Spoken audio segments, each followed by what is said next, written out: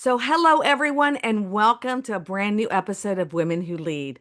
I'm your host, Teresa Palacio Smith, and today's show is extra special as we celebrate some of the brightest Latina leaders in our industry.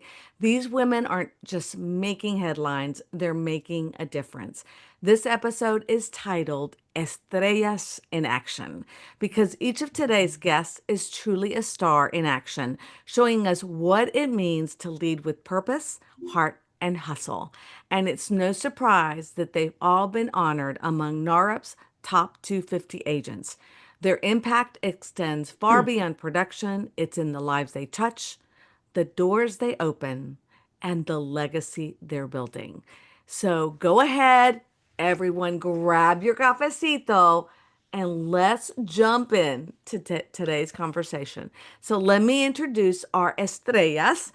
With me, I have Iris Lobo. Iris is a top producing team leader with Berkshire Hathaway HomeServices Ambassador Real Estate. Iris is transforming the Midwest market by helping Latino families achieve homeownership and build generational wealth with heart and purpose. Welcome, Iris. I'm excited to have you here today. Hi, everyone. Thank you so much for having me. I am delighted to be here and honored to be here with really powerful women. Thank you, Teresa. Love it. Sandra Juliano is next, and she's from Berkshire Hathaway Home Services New England properties. And Sandra brings passion, professionalism, and a deep commitment to service. She's known not only for her results, but for how deeply she cares about those she serves. So, bienvenida, Sandra. Muchísimas gracias. Buenas tardes. And she's a fellow Colombian, which is so exciting. And then we have Jennifer Price representing Berkshire Hathaway Home Services EWM Realty in Florida. And Jennifer is a multilingual dynamo, fluent in Spanish and Portuguese, and who serves the Brazilian and South American communities with excellence.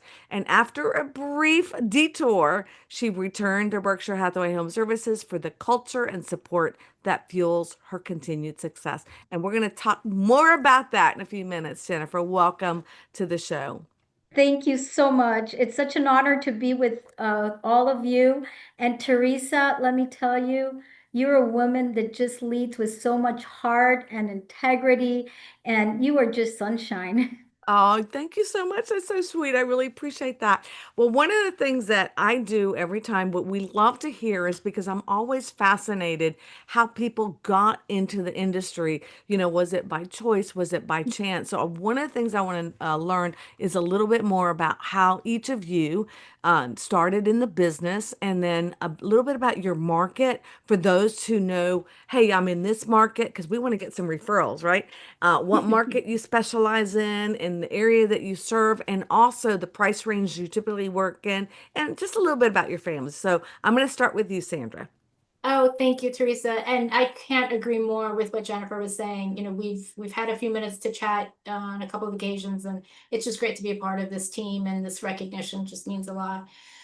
So I am very thankful for having the opportunity to be a real estate agent in my community. So not only do I work as a realtor, but I support friends and new colleagues and new clients that become neighbors. So that's very special to me, and I think it's a unique offering.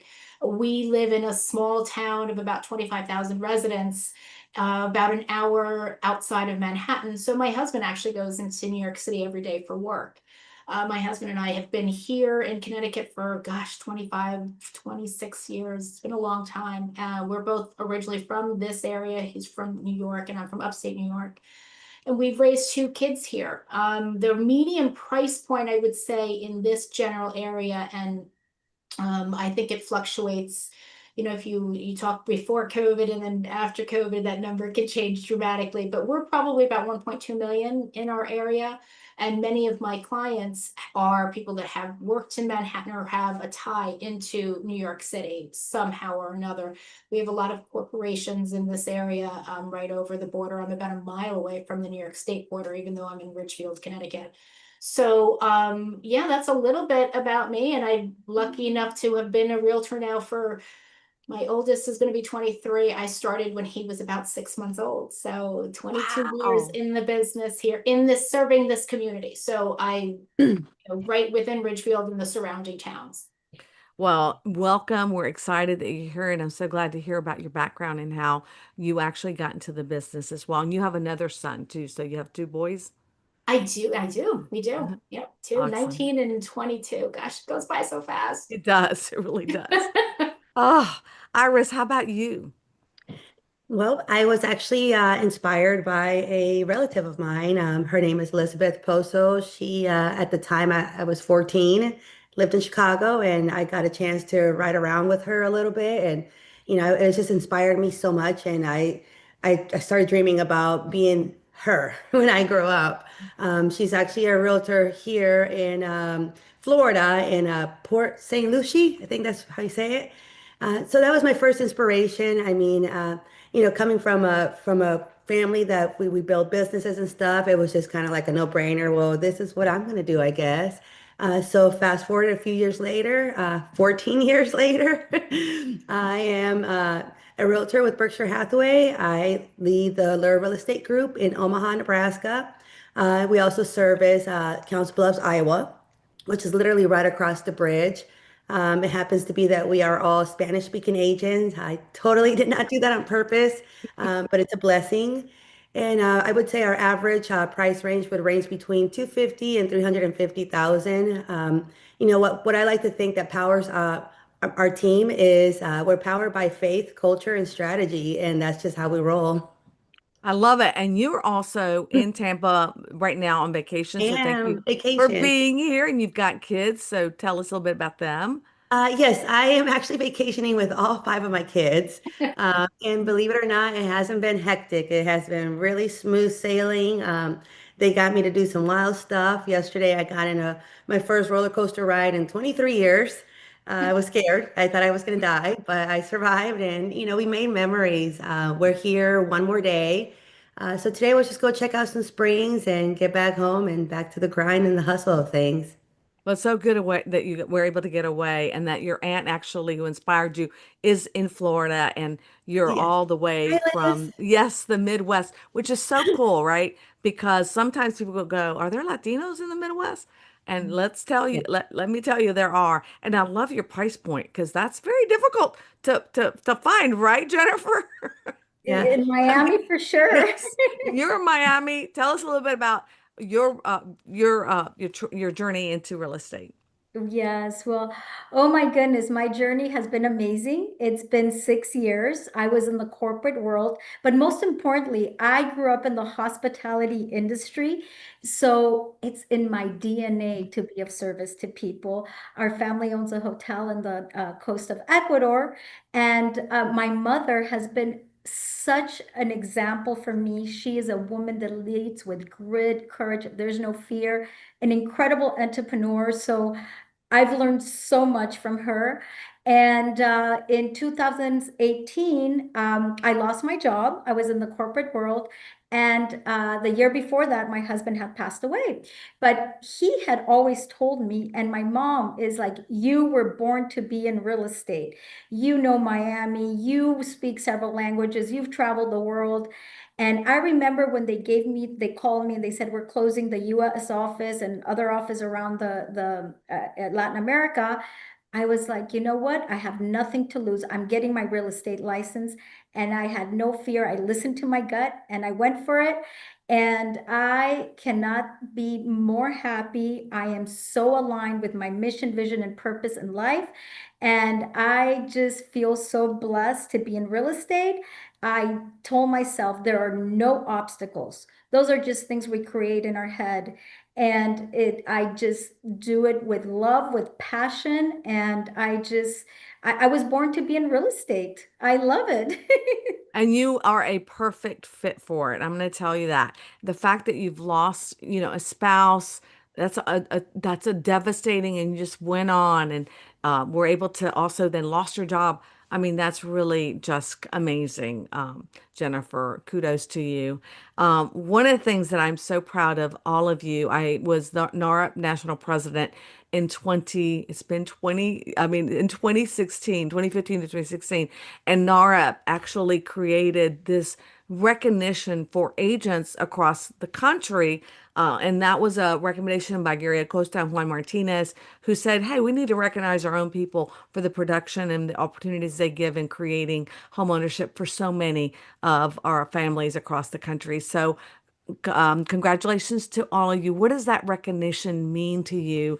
And some of you may go, you know what, I'm not even, I don't know now if this is the first time I heard of it, but I'd love to hear how has that, has that helped you? How exciting is it? And Jennifer, I know that you really, this means a lot to you because you kind of missed it last year, right? I did. So, you know, truly, it's an honor to be recognized. It's not really only because I'm a woman, Latina, but it just proves that no matter where you come from, what your story was, if you set your mind to whatever you love and you have passion, you will succeed. And I like being an example of possibilities for others. And again, there is no obstacles. Obstacles are not walls, they're doors. And we have that choice. Should I open it or take make it a wall? No, it's a door. So I just feel really honored being born and raised in Ecuador and just so proud of my heritage. My dad was a Holocaust survivor. My mom is from Ecuador. I grew up in Ecuador. And, it's just what you put out in life, you get back. That's beautiful, beautifully said. Sandra, how about you? Well, it's curious. I wanted to chime off of what Jennifer just said.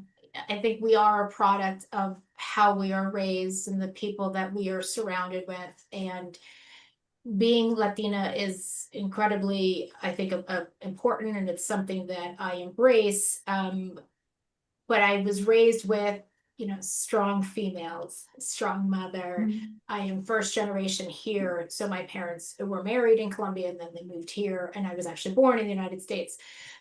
So because I've been recognized before for NAHREP, and it's a privilege every time because it means that I'm surrounded by like women who probably had the same upbringing that I did. I was a firstborn, so a very strong family, a connection, and strong mother and strong grandmothers on both sides. So, even all of my aunts were very, professional in their right. And we're talking that they were doing this in the 1950s and 60s and rising to be, professionals and best of the best in their area.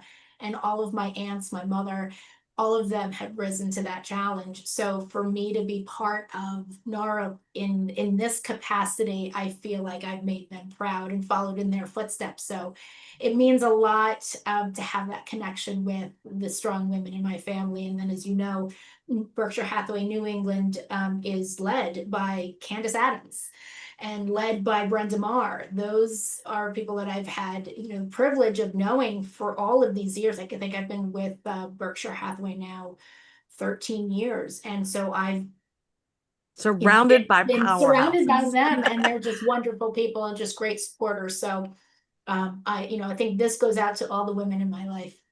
I couldn't agree with you more, and that's a beautiful tribute to the your family and the women that have really helped inspire you to become who you are today. How about you, Iris? I know that you are Mexican roots, Mexicanita. Honduran, Oh, Hondureña. Honduran. I was wrong, Honduran. That's right. Honduras. Tell us a little bit Ah, about how you ended up. Catracha. Yeah. Well, this honor means everything to me. I mean, it's a reflection of the impact that we're making as Latinos in this industry. I share this with my team, the Allure Real Estate Group. This is absolutely a team win. I share it with my grandmother. She's one of the women that made a big impact in raising me and who I became eventually as an adult. She taught me resilience. She taught me, grace, how to lead with faith and purpose. And this is just really for every woman out there that had to sacrifice so we could all rise. So yes, this is definitely an honor for me to be a part of this. So I think yes. it's such a beautiful tribute to all of you because it's a difficult thing to become a part of that list. People don't realize it is probably one of the most demanded people. We get thousands of submissions, and so they only have 250. So it's in some categories, like your category, Aris and Sandra, they only have 100. So it's it's a pretty big privilege to be part of the NAHREP Top 250. So again, congratulations. Now this I titled Estrellas in Action because I think you all are shining stars. And I love your energy, your passion, how you show up. One of the things that I want to learn or hear is, or were there any bold decisions or steps that you had to take along the way that you were freaking scared about doing that really just kind of, helped you professionally or personally and that you're most proud of? I'll start with you, Jennifer. Well, like I said, I reinvented myself at 44. I came from the corporate world, and you know what? And I hope it never happens, but if I have to reinvent myself again, it's You okay. know you can do it. You know you can Yeah. do it.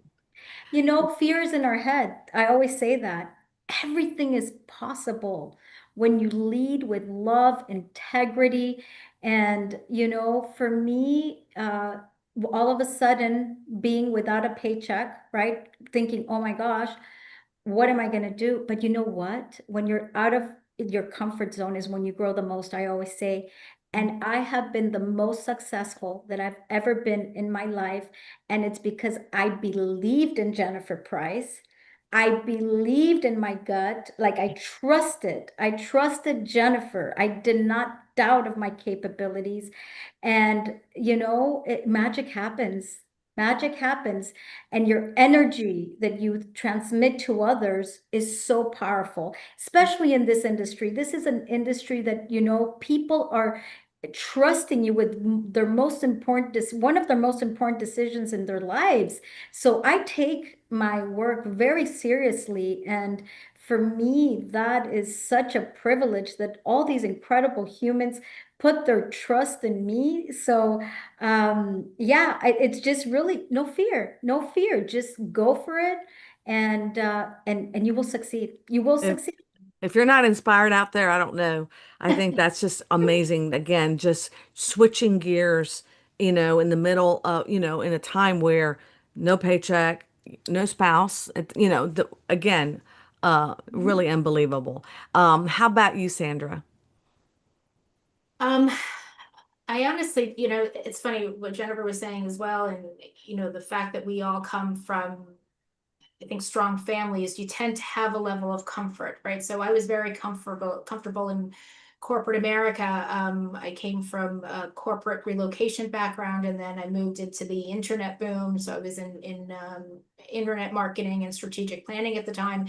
And then my husband and I decided to get married and have kids. And we always said that once we were ready to start a family, I would stay at home with the children. That was just the logical next step. So I did that happily, but I went from being a strong, independent corporate woman to a stay-at-home mom changing diapers. And while that was beautiful, it was a bit of a shock.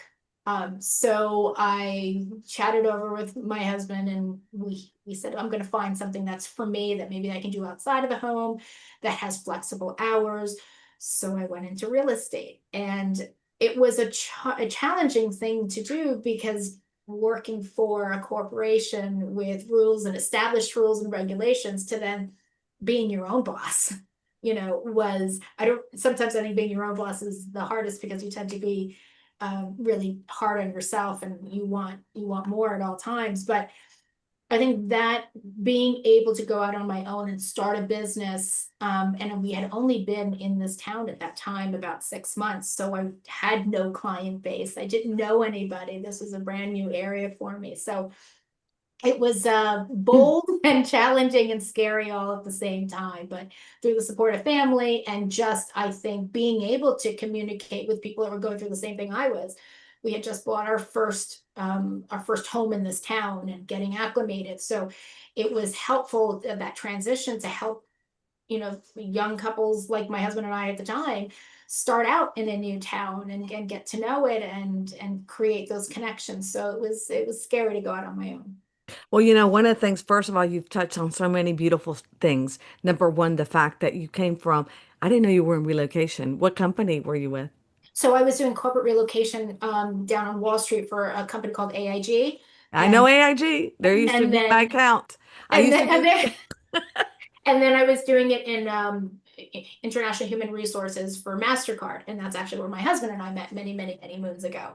So yeah, I was doing corporate relocation. So moving people, like Jennifer said, it was in your blood, and helping people. I feel like I've been moving, because I was doing things like moving the family dog, finding international schools, moving them from, helping the employees move from Paris to Johannesburg or back to the US. So moving has been in my blood, but it was different because I was working for a company versus working for myself and getting for a regular figuring it all paycheck out. to now just this is all on my own. But what I think it shows, number one, is the fact that people always think you have to have an established sphere of influence, which you do. However, the fact that you could relay your experiences of buying a new house in a new home in a new town, being, brand new and the whole other people could relate to you, and that's really where it starts. Yeah. So I really love your story. Iris, I know that you moved, and I'm really surprised. So you lived in Chicago. Temporarily as a teenager, went Okay. back I was technically raised in Nebraska Okay, between, you were in Nebraska. Okay. So yes. then you went to Chicago and then So, came back to Nebraska, where your roots are. So tell right. us a little bit about a bold, something that really kind of took you out of your comfort zone that you had to, establish or that you could recommend to others. Because I think this is all about inspiring others to do something that they may not be comfortable doing.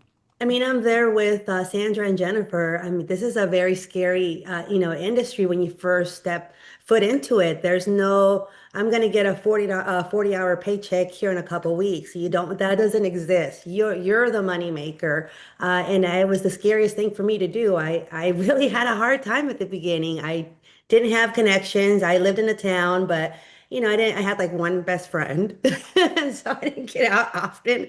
It was just work 9 to 5, kids, the same routine over and over again. So yes, you're right. It doesn't matter, who where you're starting out. Everything is just if you're purpose driven and you just get it done and you're determined, persistent, you'll find your way. Even though it took me a while, but once I got it, it was like, oh, this is easy. I can do this all the time. It's just making connections. It's being afraid, even if you're going to do it scared. Just get out there and put yourself out there. Networking, it's, who you know. Once I got the rhythm of that, it just felt I felt at home. So I would say that's definitely one of the biggest, boldest moves I made. And of course, starting a team, that was not something I had planned for. It just happened. I was like, yeah, let's do it. Starting a team. All right, what do we do next? And that's another whole battle I had to face, taking on the responsibility of being a leader, of recruiting people. How do I pick the right people that are going to be, are going to match up with my morals and what I believe in. And, I learned as I went and I realized, hey, this has been an amazing experience. I'm able to bring like-minded people who believe in the same thing. We all realized that our community had, a little bit of not a lot of representation. So that kind of became our niche. We wanted to take care of our people, and we have. And now, we're running a top performing team in our region. So It's you can do it if you amazing, want. You just got to put yourself in there and do it, basically. because people are nervous about starting a team because you're having to lead, you have to kind of always be inspired, even though when you're not necessarily in the best, you've had a bad day, you And the still have to L kind of word. pump everyone else, right? And keep them going. So I love that you were able to adapt that and have done it so well. And you are one of the top producing teams there in your market. And Vince Lacey was he told me, oh, you got to call Iris for sure.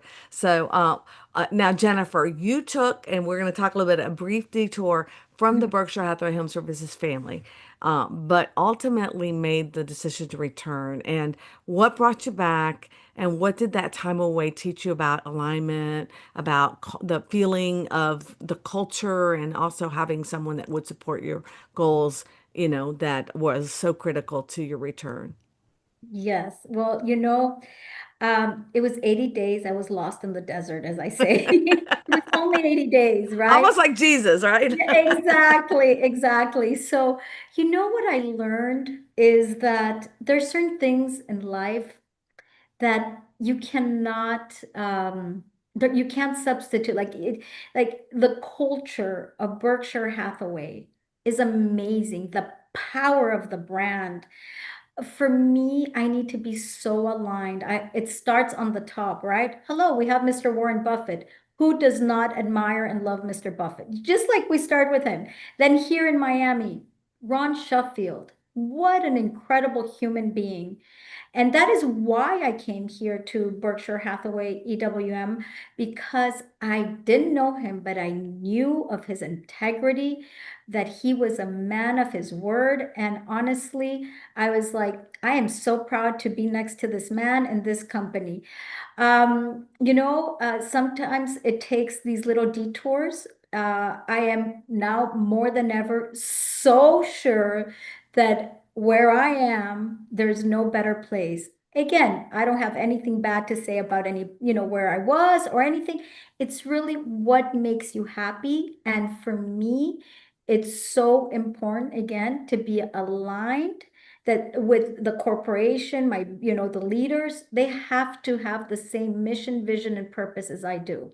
And it's so beautiful. I feel that Berkshire Hathaway has given me so many opportunities to thrive and to really make an impact. And I'm seen, heard, and understood. And I think at the end of the day, everybody wants to be seen, heard, and understood. And they do an amazing job here at Berkshire Hathaway, globally and just here in Miami. You do. You have such a great office. And Ron is an amazing leader. So I Yeah. love him to death. And so I couldn't agree with you more, too. And now, Sandra and Iris, one thing that I'd love to learn is a little bit about your niche. And Iris, you talked a little bit about the niche that you're in, but what is it that you do better than anyone else that you'd say, oh, this is what my superpower is? Well, I would just say, I mean, I do very well under pressure. It's almost like my superpower comes out right there. It's like, all right, we're gonna do this under pressure, obviously, of course.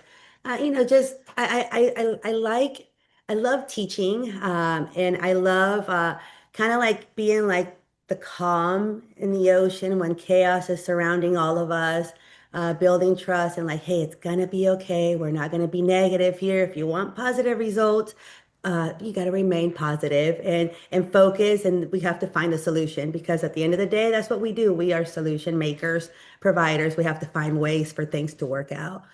So yeah, definitely working under pressure is That my is a great asset in real estate because there is always things that are thrown in at the last minute or decisions real that estate. impact the process. And do I need to get out of it because this little thing didn't happen in the inspection or, so it's really important to always stay calm, cool, and collective. So I can see that in you, Iris, for sure. How about you, Sandra?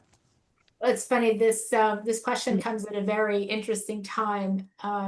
So I've been in real estate in this town, in this area for, like I said, 22 years. And it's interesting when the people that you sold a home to many years ago and you've met their kids and you remember them being this big, when their kids call you and say, you sold my family our house, 15 years ago. I am now ready to buy a house with my family.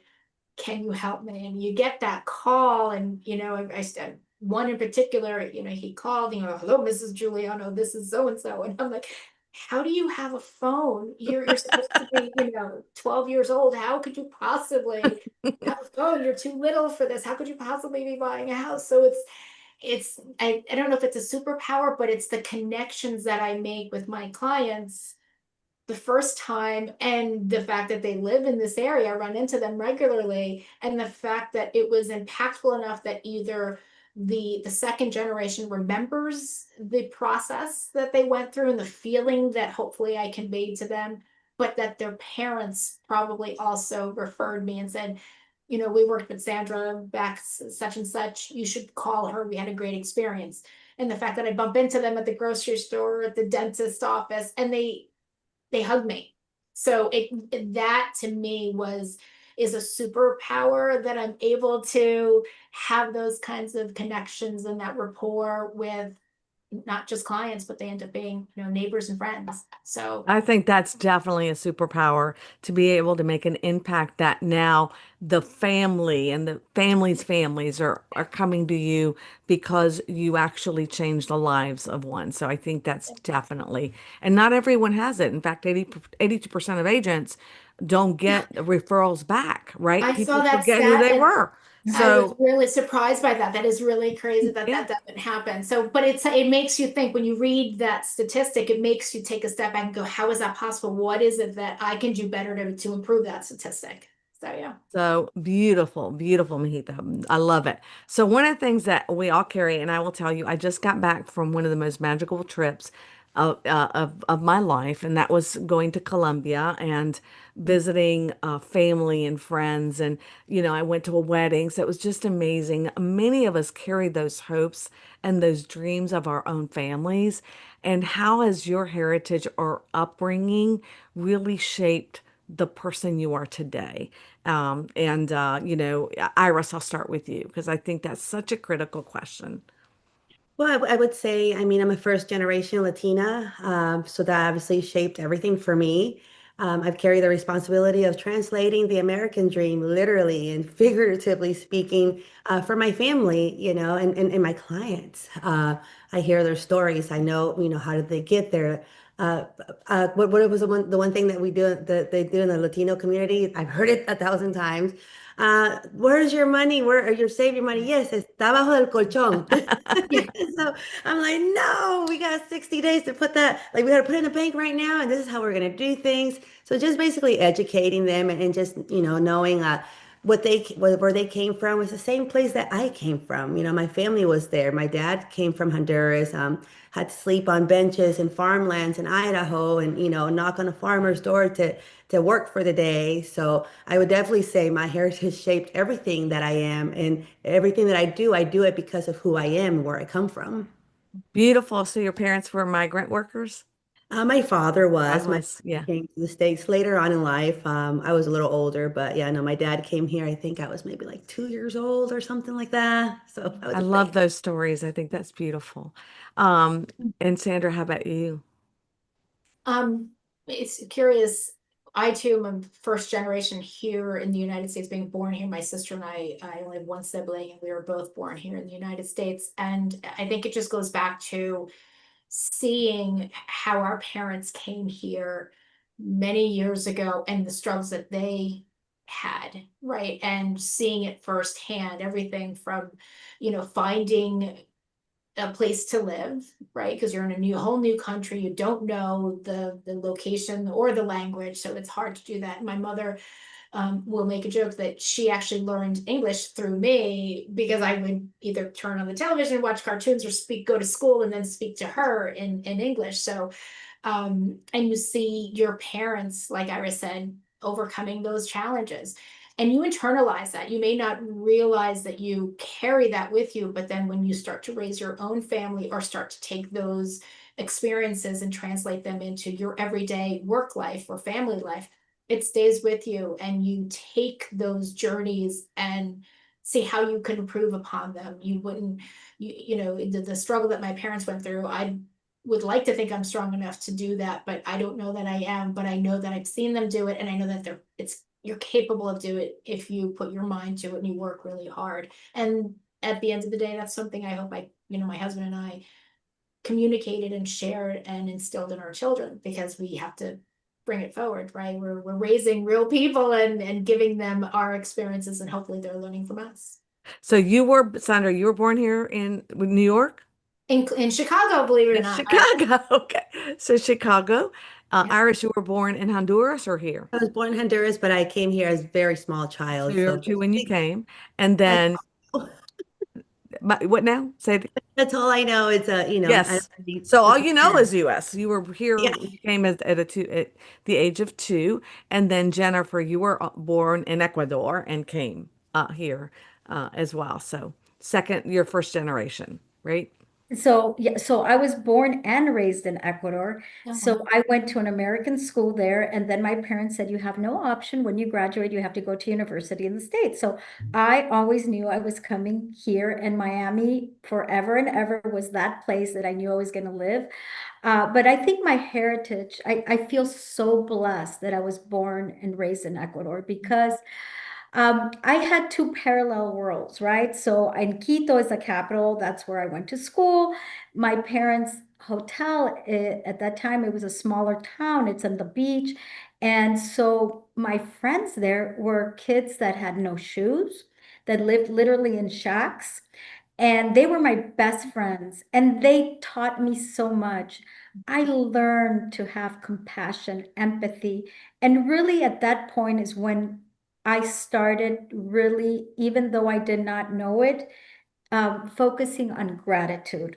They were so generous. Like I would exchange my Barbies, and they would make with sticks and a tuna can and roll it down. And I thought that was the best toy. And I would give them my Barbies, and my mom's like, "Oh my gosh, why are you?" But for me was, the simplicity and just the generosity. I would go eat at their homes, and they would give me the best piece of fish. And for me, that food was just so amazing.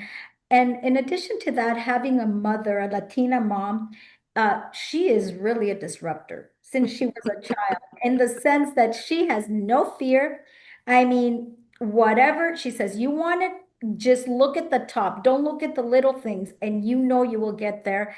And then having a father who was a Holocaust survivor, who lost his entire family, and he always would tell me, don't worry about what money can buy. Worry about things that money can't buy. And he always woke up and said, "What a beautiful day! The birds are singing, the sky is shining." So I was born into a family that taught me resilience. So I think that has been so powerful because it allowed me and taught me for this beautiful journey that I've had with some hardships, but they've been, they've been lessons, and they've made me a better person. And yeah, so I feel so blessed to be half Austrian, half Ecuadorian with a powerful Latina mom. You sure do. You have a beautiful mix.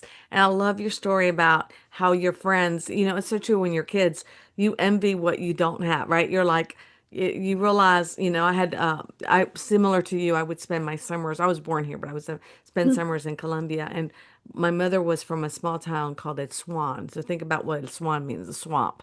And so the kids there would play jacks. Now, instead of a ball, they would play with rocks. Have you ever tried to play jack with you don't bounce a ball. You have to keep it up in the air. And I was amazed at how talented and I learned how to do it. I was like, I'm going to play that too. So you entertain yourself. It doesn't matter. What a beautiful, beautiful story. I love that. So what's the best advice that you've ever received that's really kind of helped you or taken you to another level in your business? And this can be from a family member or for somebody that you was a mentor. Sandra, I'll start with you. I think a lot of it has to do with probably my husband. He has been my biggest supporter. I think he's got, my face on his t-shirt, and if he could go out there and with pom-poms, he would. I think through his support, because real estate is not easy, as we all know. There are lots of challenges. And I think every time there was a pitfall, or I felt like I wanted to give up, or I felt like, boy, this is too challenging, he would be there, and he'd said, that's okay, feel what you're feeling, but you've got to go on, you've got to move on. You shouldn't give up on yourself. I wouldn't give up on you. You'd feel bad if you gave up, or whatever the challenge was. He was just there with his pom-poms on, and cheering me on. And so, and he would always be supportive. You know, we all know we go on vacation and the phone rings. That's when the first, yeah.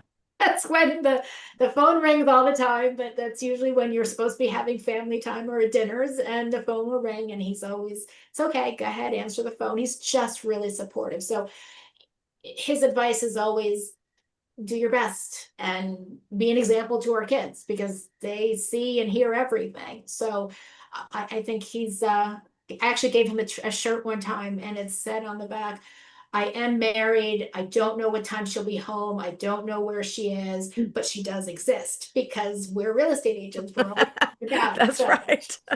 it's I love that. it's a I great love that. t-shirt, but I think it says a lot about the kind of lifestyle we lead, and without that support from our families, particularly, You have to have it. sponsor, spouse, yeah. It's so critical in what we do. Jennifer? So, well, I would say, first of all, I think it's so important that you have a passion for what you do. Like, if you truly love what you do, it really makes a di big difference.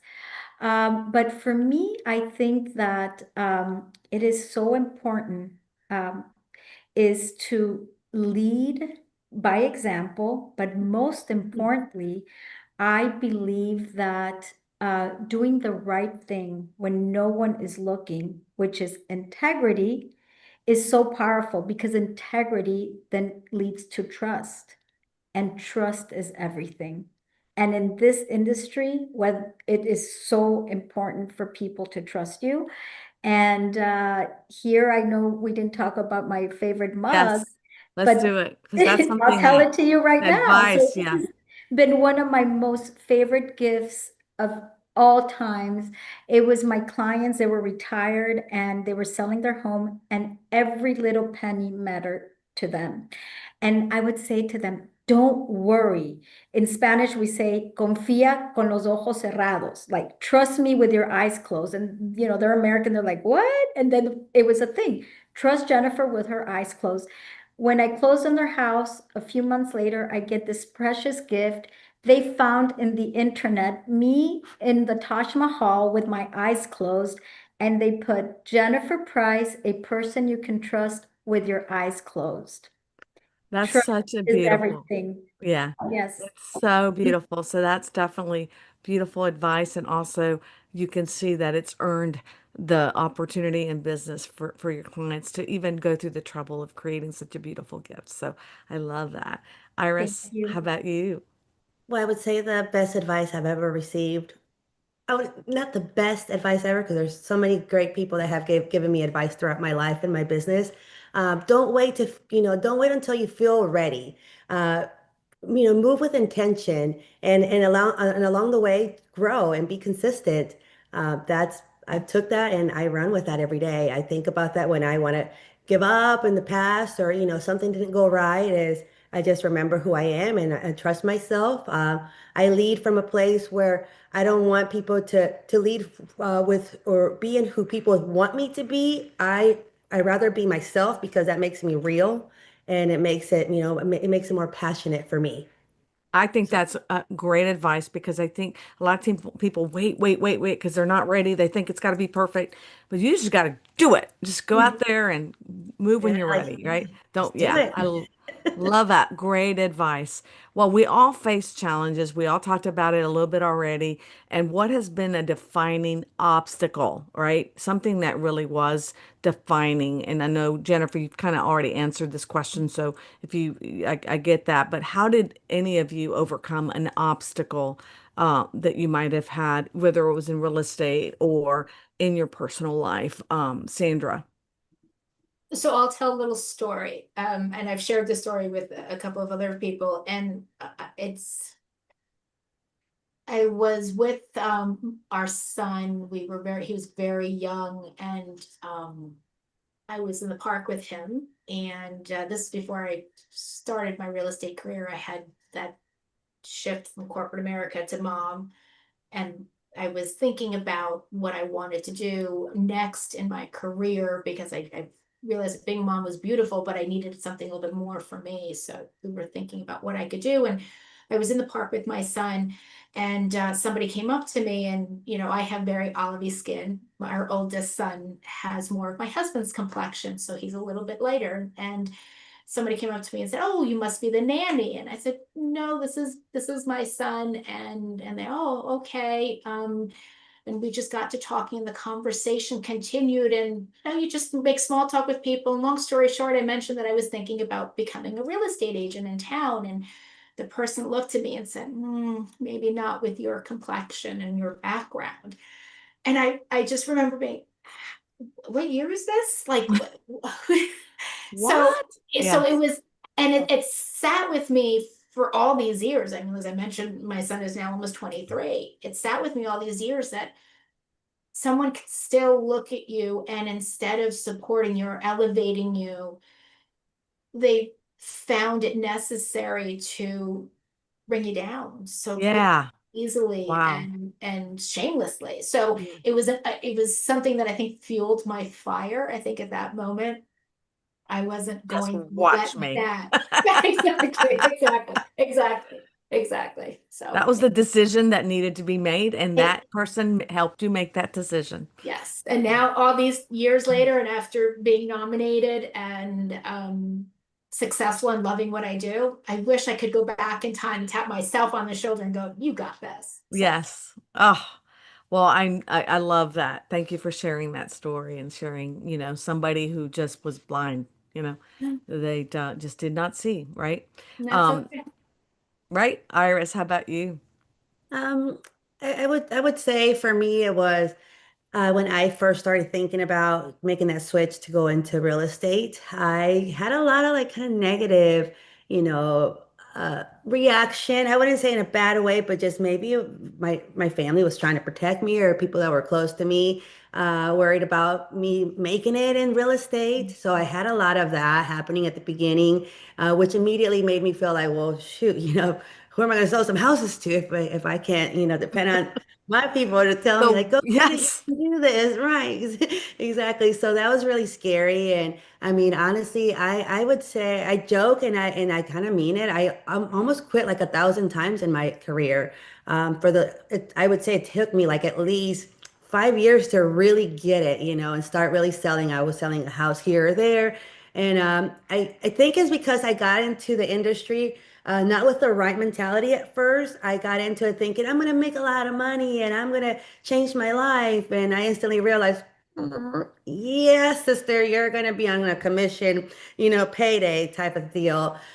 So then I would say what took me away from that negativity and people just feeding me those things is my first experiences with people and finding out their story and, how did they got to that place. And that helped me find my passion in helping people. But yeah, before then, I mean, I didn't think I was gonna, I wasn't gonna be here. every day you were quitting, like Yeah, I was every day, quitting. which is, Yeah, if you've all heard Gino Blafari's story, and Gino, who was our CEO, he always talks about that first year, he was like, I'm quitting every day. Like, oh, if I could, I'm quitting. And he took, because he just couldn't close the deal until he did. And then yeah, it was became number one in his market, number one in the country, number one in this CEO, and then eventually sold his company to Berkshire Hathaway, Warren Buffett, right? And became our CEO. So amazing that you just get that right mindset and everything falls into Well, place. and that's the thing too, is like getting the right mindset, but then also you realize, well, I need to learn how to do this and I have to do it very fast. And I've already wasted enough time. So those are also it's another obstacle that comes in your way. And once I figure that out, my kid just got in the view there. My goodness. Once you figure that out, it's just hit go from there. Don't stop, won't stop. That's right. Love it. Love it. All right. I know that the real estate market is changing, right? We are going through a lot of different changes from the NAR settlement to, AI interrupting our what we do. So tell me, what is one business or recommendation that you app that you use, whether it's in AI marketing or any other, that you think, wow, you all need to know about this? Sandra, I'll start with you.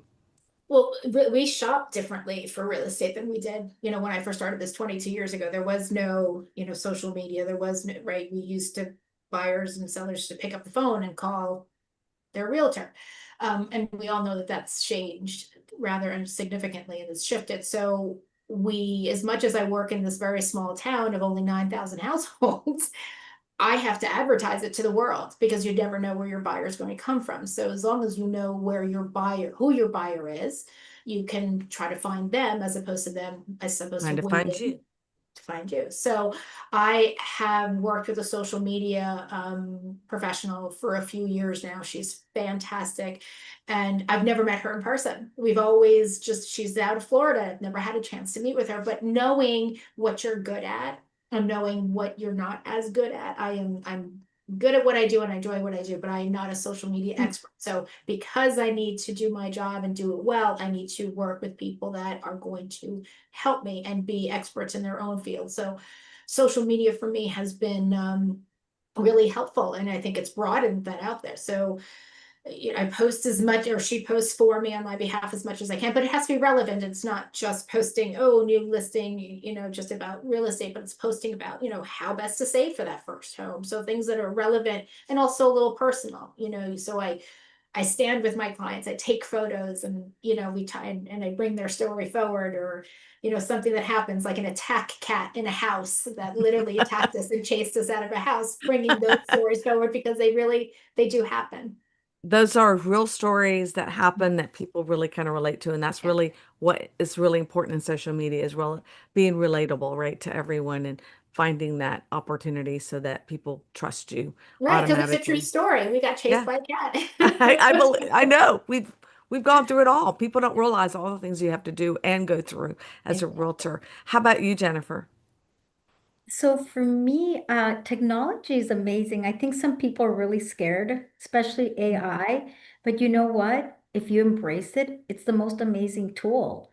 And I think we need to we humans are not going to be replaced by AI. Like AI cannot do what Jennifer Price does or what you girls do. And it's that human touch that we care for our clients and it's completely different. You know what I think is so important is being authentic. Social media is very important. And I try to post and I wish I put more stuff, but honestly, it doesn't matter what you look like, you just do it, right? Tell your story. Authenticity is so important, and people want to do business with people they relate to, So I think that technology is amazing, and it's a great tool also to help market all the properties for your clients. It's having a strategic plan that really makes a difference for your clients, for your sellers, if you have a listing for them to have extra visibility. So embrace AI and technology with Love love, it. but still Iris, be one authentic. recommended tool or app that you use? Well, Well, oh, sorry. no, no, no, Oh, go no, ahead. that's okay. I mean, to be like ChatGPT, I do use it, but obviously it's as good as the questions you ask it. Yes. Some people are, oh, and obviously you can't trust everything, right? But yeah, that's the one that I use the most for now. Perfect. And that's the one thing that people realize. You have to use, your stories and Mhm. just help them perfect them when you're using any of these apps.